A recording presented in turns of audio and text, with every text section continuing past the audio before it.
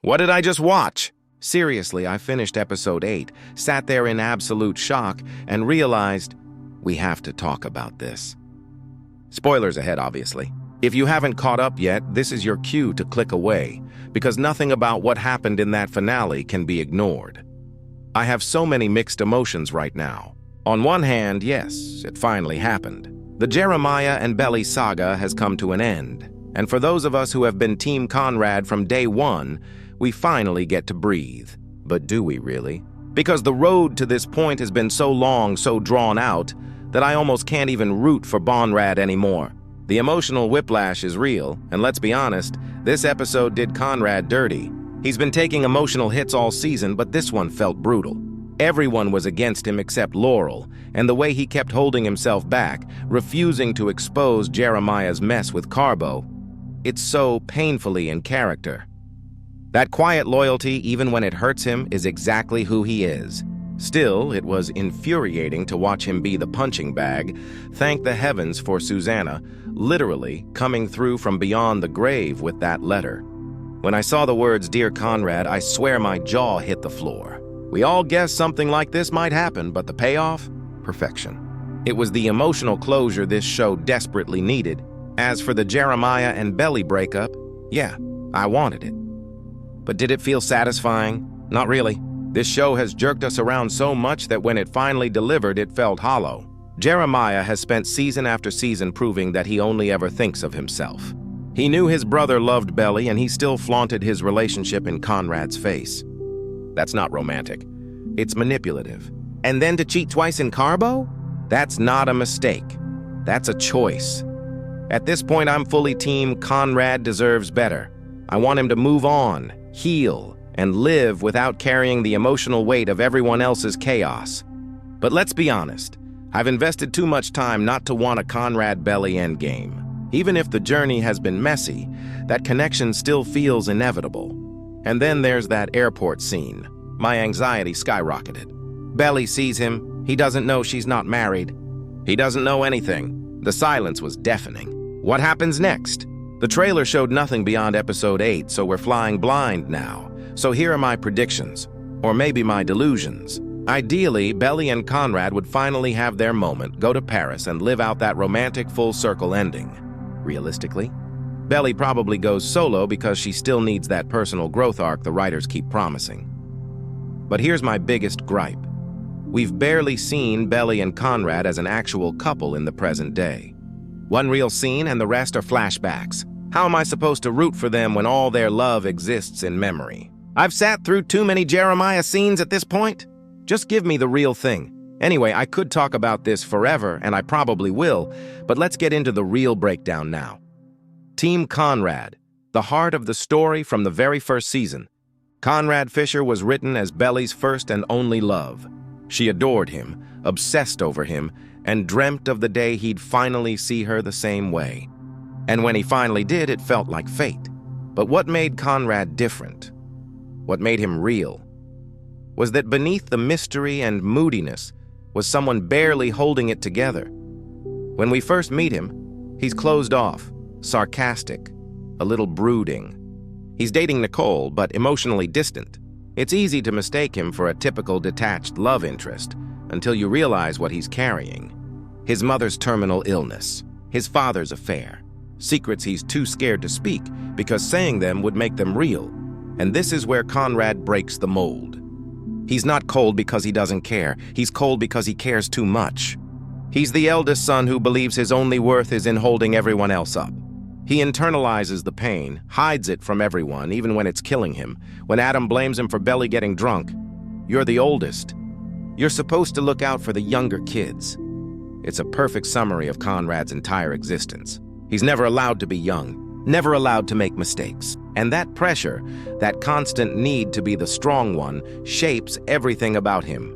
Psychologists talk about this, how eldest children often develop a perfectionist complex, terrified of failure. That's Conrad in a nutshell. Always composed, always in control, even as he's quietly falling apart. His emotional suppression becomes his undoing. In season 2, after Susanna's death, he isolates himself again, grieving in silence.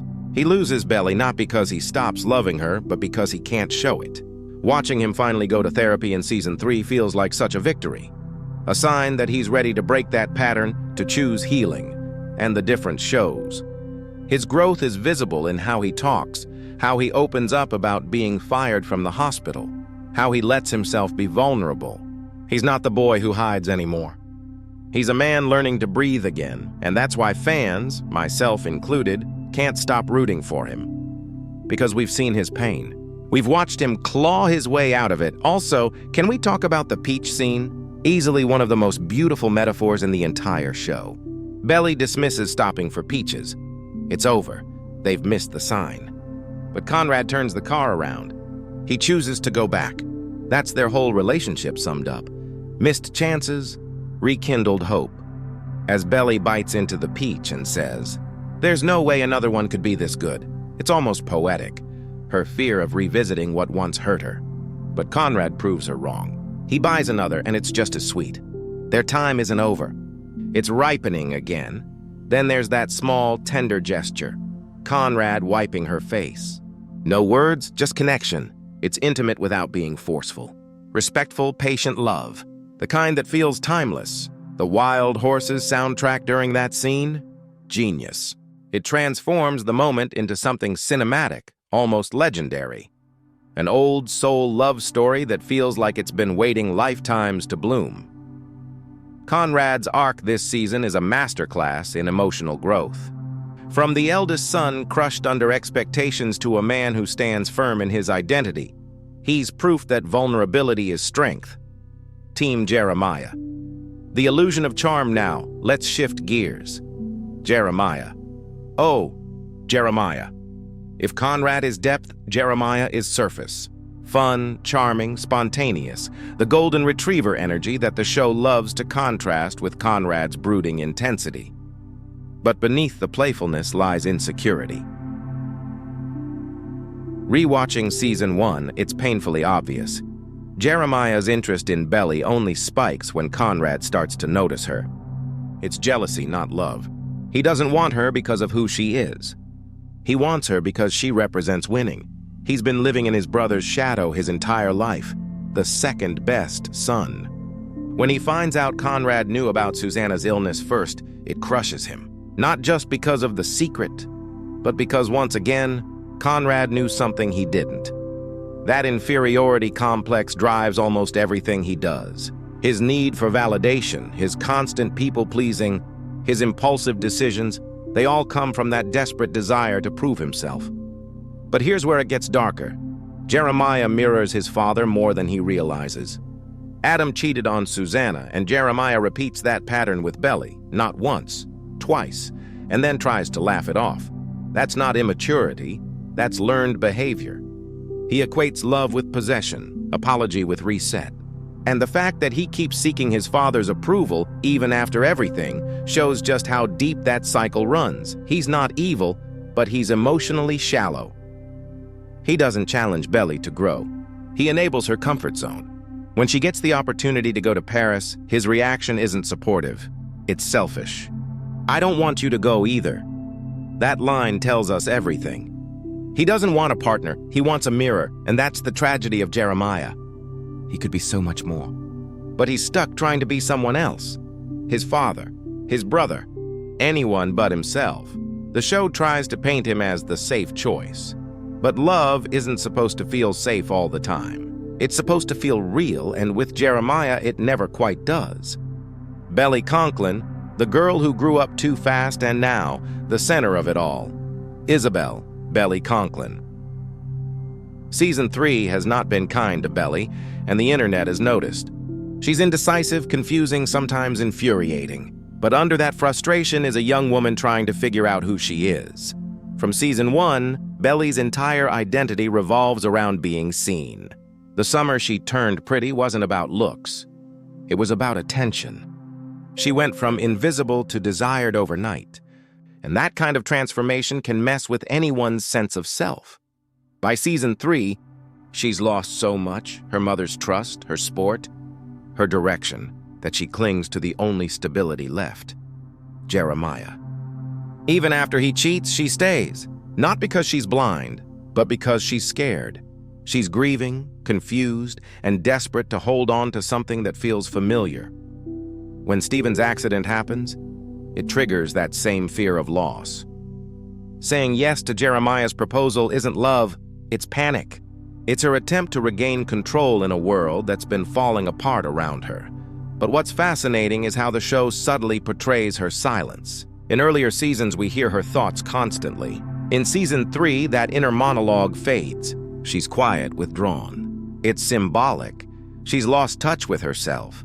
Her scenes with Conrad, though, tell a different story. She instinctively turns to him for comfort when things go wrong, when she needs grounding. Even when she denies it, her subconscious betrays her. Episode 7 is the perfect example.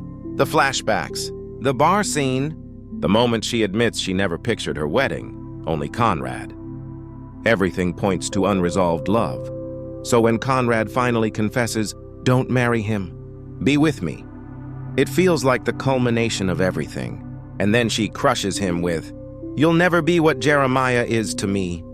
It's brutal, but it's also honest. It's not that she doesn't love Conrad.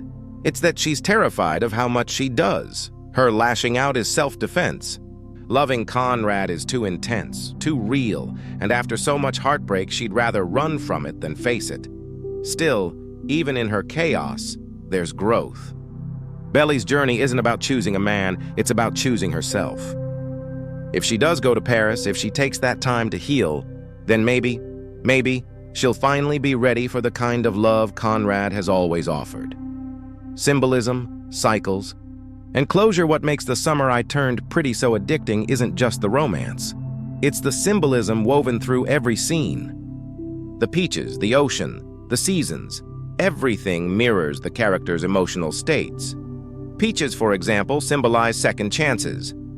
The ocean represents change, calm one moment, stormy the next. And summer itself? It's fleeting youth, the time between innocence and adulthood. Each character embodies a season. Conrad is winter, quiet, introspective, heavy with meaning. Jeremiah is summer, bright, charming, but temporary.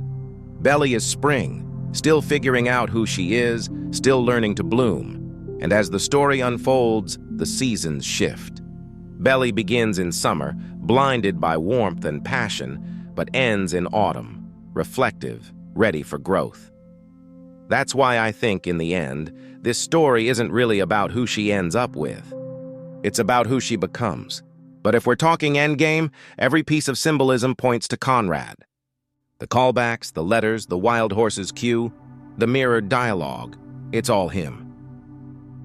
Final thoughts after 3 seasons of heartbreak. Healing and too many love triangles to count. Here's where I stand. Conrad Fisher is the emotional core of this story. Jeremiah Fisher is the reflection of what happens when love lacks depth. And Belly Conklin is the bridge between them, the girl who has to learn what real love means before she can accept it. Yes, Belly frustrates us. Yes, Jeremiah drives us crazy, but that's why this show works. It captures the messy, complicated, sometimes painful journey of growing up and realizing that love isn't about who makes you feel wanted.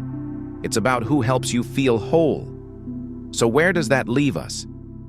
Honestly, I don't know.